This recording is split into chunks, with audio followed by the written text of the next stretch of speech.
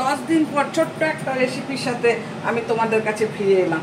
দেখো ছোট্ট রেসিপি, মানে একদম ছোট্ট রেসিপি। এই যে আমি এটা না ফিশ ফ্রাই, না আমি ফিশ ফ্রাই বলবো না, তাহলে তোমরা কেউ দেখবে না। আমি না ফিশ ফিঙ্গার বানাবো। তার জন্য দেখো মাছটা না আমি এইভাবে কেটে নিয়ে এসেছি, এই যে ফিঙ্গারের সাইজে এভাবে কেটে নিয়ে এসেছি। এটাকে এখন আমি ভালো করে ম্যারিনেট করব। আমি কি দিয়ে ম্যারিনেট করব সেগুলো দেখাচ্ছি। এই যে গোলমরিচের গুঁড়ো দিলাম প্রথমে। গোলমরিচের গুঁড়ো দিলে ভালো লাগে খেতে। এটা গোলমরিচ এখনই আমি কুটে তারপরে নিলাম তাজা। আর এই যে হলুদ দিচ্ছি, হলুদের গুঁড়ো, লঙ্কার গুঁড়ো, আর এই যে ধনে পাউডার। আর কিছু দেবো না এখানে। গরম মশলা, জিরে, আমি এখানে জিরে গুঁড়ো ব্যবহার করব না। এই যে একটু গরম মশলা দিলাম, আর একটু লেবুর রস দেবো। লেবুর রসটা দিয়ে দিচ্ছি, অনেক রস আছে লেবুটা, তা আমি বেশি খুব একটা দেবো না, টক হয়ে যাবে। বেশি টক হলে আবার ভালো লাগবে না। আর একটু লাগবে, আর একটু দিলাম।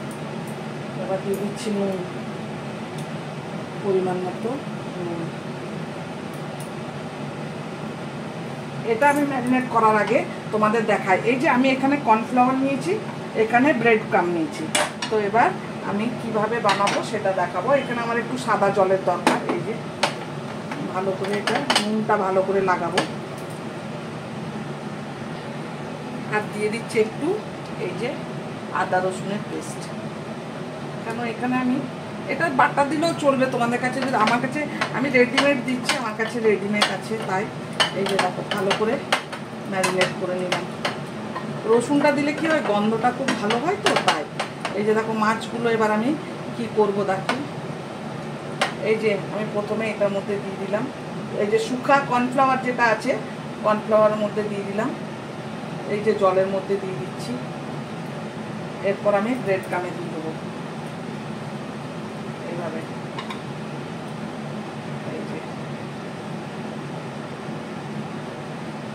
এই যে দেখো কত সুন্দর হয়েছে। তোমাদের আরেকটা দেখাই আমি।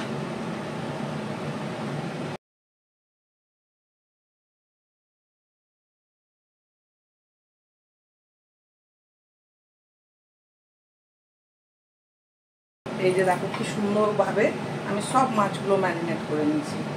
একদম ম্যারিনেট করে একদম কোট করে সব একদম সুন্দর হয়ে গেছে আমার। এই যে দেখো দেখাই তোমাদের। এই যে এইভাবে করে নিতে হবে। এখানে তোমার ফ্রিজে রাখার দরকার নেই, কিচ্ছু নেই। এবার তেল বসিয়ে আমি ফ্রাই করব। কিভাবে ফ্রাই করব সেটা তোমাদের দেখাচ্ছি। তেল গরম হয়ে গেছে, আমি এখন এই যে ফ্রাই করে নেব এইভাবে দিয়ে।